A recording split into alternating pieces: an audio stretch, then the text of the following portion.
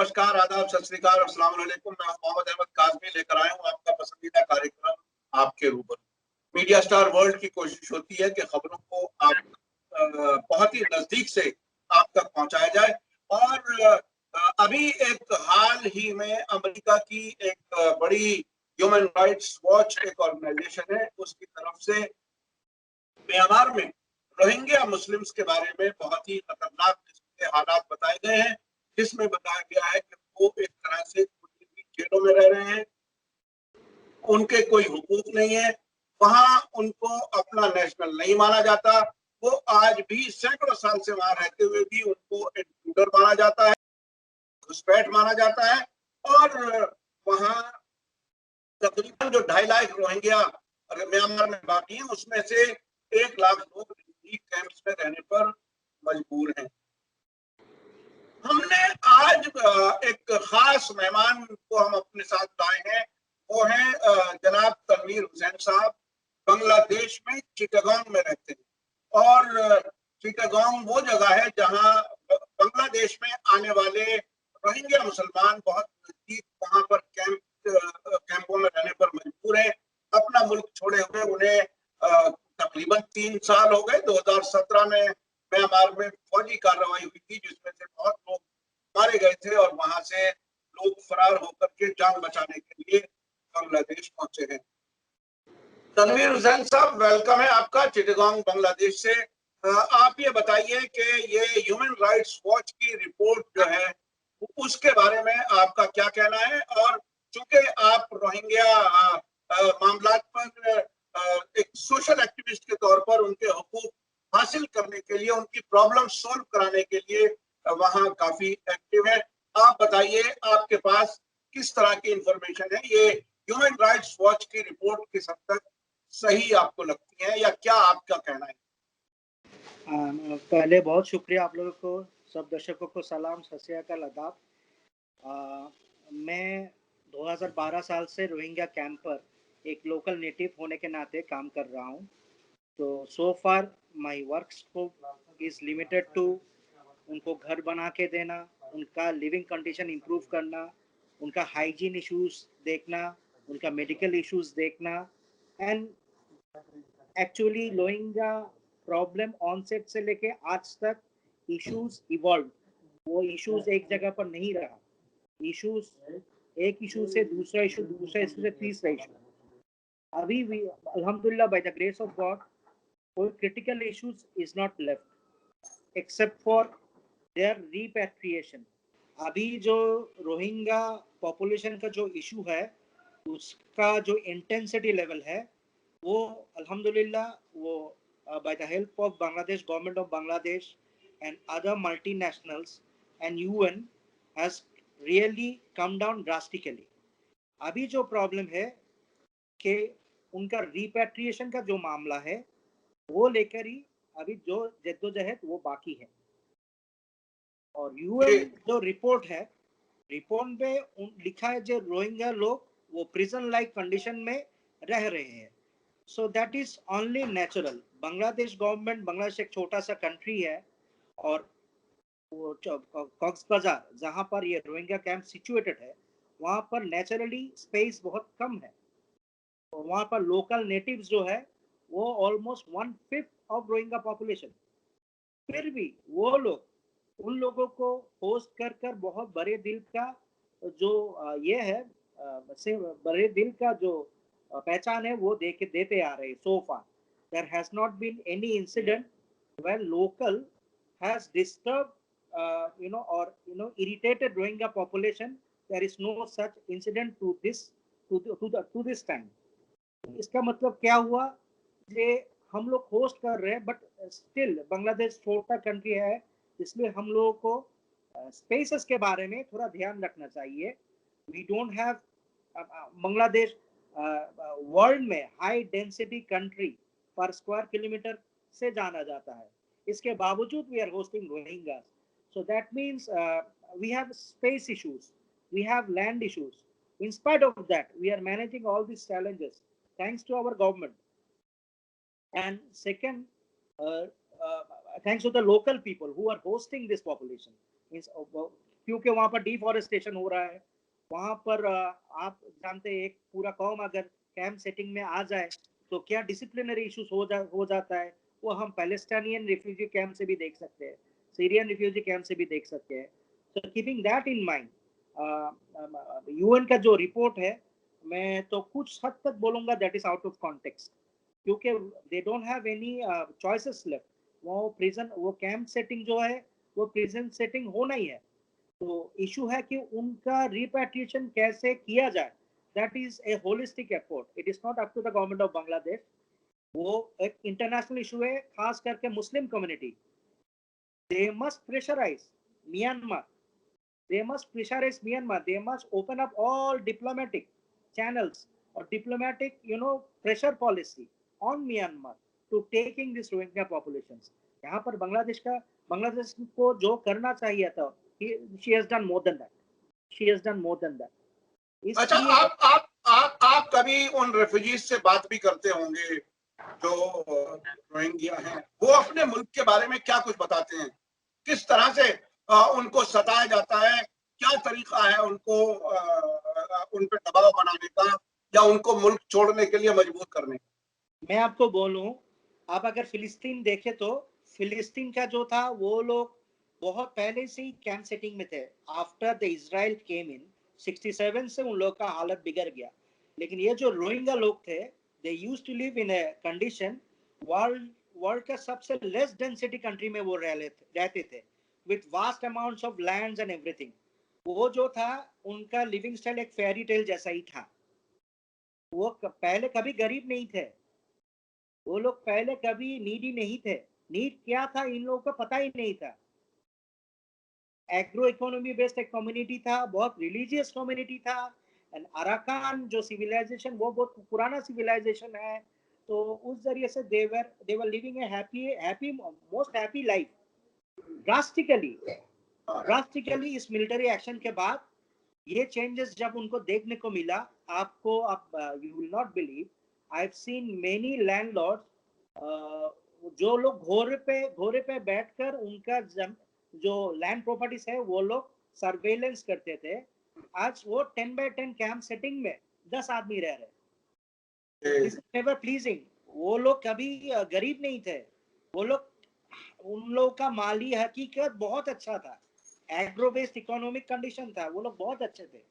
लेकिन जो हुआ कि ये इसके बाद जब ये लोग कैंप सेटिंग में आ गए, बदतर जिंदगी उन लोगों के लिए, which they were never used to living। अच्छा, तो लोग ताना देते हैं, बहुत लोग ताना देते हैं, जो लोग उनको नहीं समझ पाते, बोले ये लोग यहाँ से कभी रिटर्न नहीं जाएंगे, यहाँ पर खाना मिल रहा है, पानी मिल रहा है। तो they are not animals, they are broad minded, religious minded and very people of expanded hearts। वो अभी अच्छा, ये बताइए कि बांग्लादेश में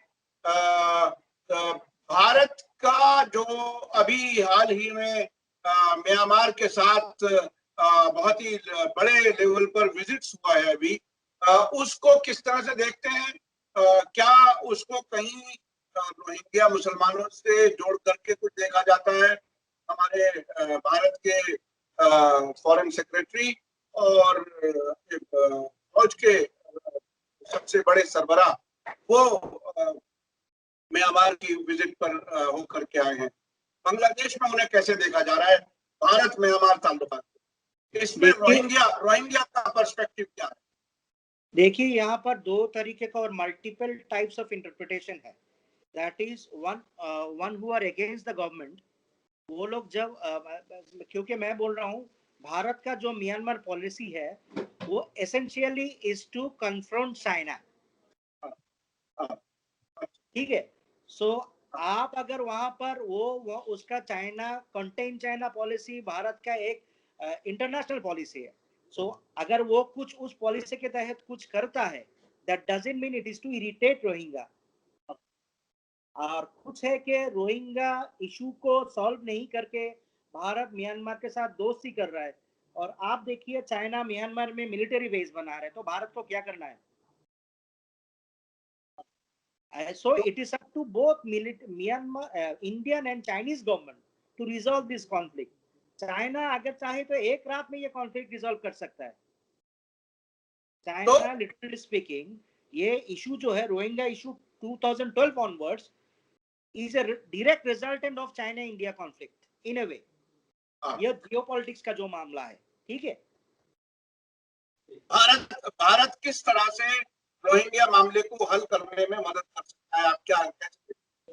भारत क्या कर सकते हैं is to involve is to play a regional player and involve Muslim communities more, Muslim OIC countries more, and मैं जो बोलता हूँ to an extent use all weapon.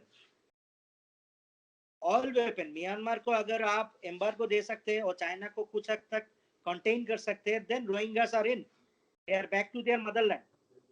तो ये है एक स्ट्रेटेजिक जियोपॉलिटिकल मूव भारत जो कर सकता है।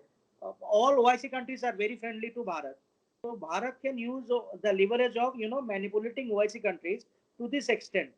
अब चाइना को हम लोग देख लेंगे, चाइना को ओआईसी देख लेगा। तो Bharat can play regional role, इसलिए भारत चाइना को इरिटेट नहीं करके इस इशू पर चाइना इंडिया एक होकर रोहिंग्या को रिपेट्रिएट करवा सकते हैं ऑन ह्यूमैनिटेरियन ग्राउंड। एंड हमने देखा हिस्ट्री में बहुत कॉन्सेंसस हुआ विच where out of text book, ये भी वैसा हो सकता है। अच्छा, जो जो जो मिलिट्री हुकूमत है म्यांमार की, उसको वो किस तरह, वो क्यों आखिर मुसलमानों को उस इलाके से बाहर निकालना चाहती है? वो एक नेचुरल रिसोर्सेज का भी कोई मामला है, गैस का मामला है, क्या कुछ है? क्योंकि ये भी बताया जाता है कि वहाँ नेचुरल रिसोर्सेज ऐसी हैं कि वहां से ये मुसलमानों को बाहर निकालने की कोशिश करते हैं, उसी की वजह से इन पर ज्यादा जुल्म किए गए। मैं बोलता हूँ यहाँ पर दो इश्यूज, दो लाइंस एक पॉइंट में कन्वर्ज हुआ। One is Myanmar government superstition, ये जो लोग हैं they are non Burmese race. अब ये बहुत पहले से ही नॉन बर्मीज रेस को वहां से एक्सरसाइज करना चाह रहे थे, लेकिन उनको पॉलिटिकल ग्राउंड नहीं मिला। अब पॉलिटिकल ग्राउंड क्या मिला? चाइना को अल्टरनेटिव रूट बनाना है और to take in their oil and nature and for energy security उनको अल्टरनेटिव एनर्जी रूट बनाना है। स्टेट ऑफ मलाक्का के ऊपर वो ज्यादा एम्फेसाइज कर नहीं सकते। So Burma, through Burma they were taking in their energy routes. अब क्या हुआ, इंडिया को वो सपोर्ट करना है, दैट इज नेचुरल जियोपॉलिटिक्स। तो वो कहाँ पर होता है? अकिया रोहिंग्या लोग जहाँ पर रहते थे वो एक्चुअली उस एरिया में सिचुएटेड है, जिस रास्ते से चाइना अपना रास्ता बनाना चाह रहे हैं। Exactly. So it's basically geopolitics of Indian Ocean. जी जी। तो इस सब में इसमें रोहिंग्या जो है उनको वो एक तरह से अपने पीसा जा रहा है, उनको सताया जा रहा है। तो अब ये बताइए कि बांग्लादेश सरकार इनके रिपेट्रिएशन के लिए क्या कोई बात कर रही है म्यांमार से? क्या कोई कहीं ताल्लुकात बेहतर होते हुए नजर आते हैं या एक दूसरे को दुश्मन की तरह से ही देखते हैं बांग्लादेश और म्यांमार? बांग्लादेश जो है वो बांग्लादेश के लेवल के ऊपर जा चुका है, बिकॉज दिस में erupt into something else if it is not taken care on time. ये और कुछ भी हो सकता है, बिकॉज यू विल वहां पर जो ISIS एलिमेंट है वो लोग भी बहुत यहाँ पर एक्टिव है। तो वो लोग can use and brainwash this people to safeguard their vested interest. अब जो है बांग्लादेश के लिए ये बन गया, लेकिन ह्यूमैनिटेरियन ग्राउंड पे वो लोग इन लोगों को लेकर बे ऑफ बंगाल में भी फेंक नहीं सकते। अब ओआईसी को तो क्या आप ये बता रहे हैं ISIS के लोग, दाइश के लोग बांग्लादेश में रोहिंग्या कैंप्स में एक्टिव हैं? आप ये कहना चाह रहे हैं क्या म्यांमार में? हम लोग इशारे हैं कि हम लोग we don't know for sure because it is a national security matter, but हम लोग बोल सकते हैं there is a chance, probability and very good potential for them to brainwash this population so easily. क्योंकि हम लोग देखे थे पिछली बार दाइश इराक में रोहिंग्या मुस्लिम पकड़े गए थे, वो एक न्यूज मीडिया में मिला। So that is what thing, वो जो क्या है पॉवर्टी को कैपिटलाइज कर कुछ भी हो सकता है। So it is actually it is up to the OIC countries. OIC can use the oil weapon and at any time they can. लेकिन क्या आपको यकीन है कि ओआईसी जो अमेरिका के हाथों खेलने वाली सऊदी अरब के लीडरशिप वाली ऑर्गेनाइजेशन कभी कोई ऐसा मजबूत कदम उठा पाएगी? कोई उम्मीद है आपको? कभी नहीं उठा पाएगी. दैट्स व्हाई हम लोग महातीर मोहम्मद साहब का leadership we are expecting on this issue. Is very vocal about Rohingyas. So क्या है, अगर OIC सेंट्रली कुछ नहीं करता then we must of think of different alternative OIC. ठीक है ना, वो तो किसी का बाप का नहीं है OIC. सो हम लोग इस्लामिक कंट्री साउथ ईस्ट में मिलकर ये we can subjugate Myanmar, we can subjugate Myanmar, we can talk to China, ये सब we can talk to India, ये सब कुछ. लेकिन क्या महाथिर मोहम्मद के प्राइम मिनिस्टर ना रहते हुए वो कोई इतना इम्पोर्टेंट रोल अदा कर सकेंगे? या जो मौजूदा प्राइम मिनिस्टर हैं मलेशिया के, क्या वो महाथिर मोहम्मद की तरह से काम कर सकेंगे? आप देखिए रोहिंग्या का आज जो क्राइसिस है, it is nothing else but a leadership crisis. Rohingya का आज जो पेन पॉइंट है वो है उनका कोई लीडर नहीं है. उनका अपना जो लीडर है, they are trying very hard but there is no leader who is a recognized face world over. तो ये क्या बनने नहीं दिया गया, या बड़ी ताकतों की पसंद का कोई लीडर? बड़ी ताकत तो यहाँ पर वेस्टेड इंटरेस्ट है. वो चाइना इंडिया और चाइना अमेरिका गेम में फंसे हुए हैं. So there is no time to think about Rohingyas. That's why we must find ways to capitalize this game whatever is ongoing between them. अब क्या है, हमका लीडरशिप क्राइसिस है. बड़े ताकत का कोई लीडर यहाँ पर नहीं करेंगे क्योंकि सोमालिया में नहीं जाते, क्योंकि सोमालिया में तो ऑयल नहीं है. तो इसलिए मैं रोहिंग्या ये बर्मा में भी नहीं आएंगे. बर्मा में उनका काम का कुछ नहीं है. सो इट्स एक्चुअली दीनी मामला है. सो दीनी मामला में हमको दीनी लीडरशिप चाहिए. बहुत बहुत शुक्रिया. कोई और खास बात आप कहना चाहें भारत की ऑडियंस से, हिंदुस्तानी लोगों से और दुनिया भर में हमारे जो देखने वाले हैं मीडिया स्टार वर्ल्ड के, उन्हें आप कोई खास और पहलू से रोहिंग्या के बारे में कोई और इन्फॉर्मेशन देना चाहते हैं तो आप बता सकते हैं, जो मैं सवाल नहीं कर सकता. बस मैं यही कहना चाहूंगा, उनको खाना मिल रहा है, पानी मिल रहा है, सब कुछ मिल रहा है, सिर्फ वतन नहीं मिल रहा. तो उनको हर रोज अपने दुआओं में शामिल कीजिए. जी. बहुत बहुत शुक्रिया तनवीर हुसैन साहब, आपने चिटगांव से मीडिया स्टार वर्ल्ड के लिए समय निकाला, वक्त निकाला. इसके हम शुक्रगुजार हैं और आइंदा भी कभी और कुछ ऐसा अहम मामला होगा हम आपसे फिर कांटेक्ट करेंगे, आपसे फिर राब्ता करेंगे. मैं अपने दर्शकों से बताऊं कि हमारी कोशिश रहती है कि जिस मुल्क से भी जहां कोई खबर होती है वहां से किसी ना किसी को हम रिक्वेस्ट करते हैं ताकि बराह रास्त आप तक इंफॉर्मेशन पहुंच सके. इसी के साथ बहुत बहुत शुक्रिया तनवीर साहब, एक बार फिर इसी के साथ मुझे दीजिए इजाजत. धन्यवाद, शुक्रिया. जय भारत, जय हिंद.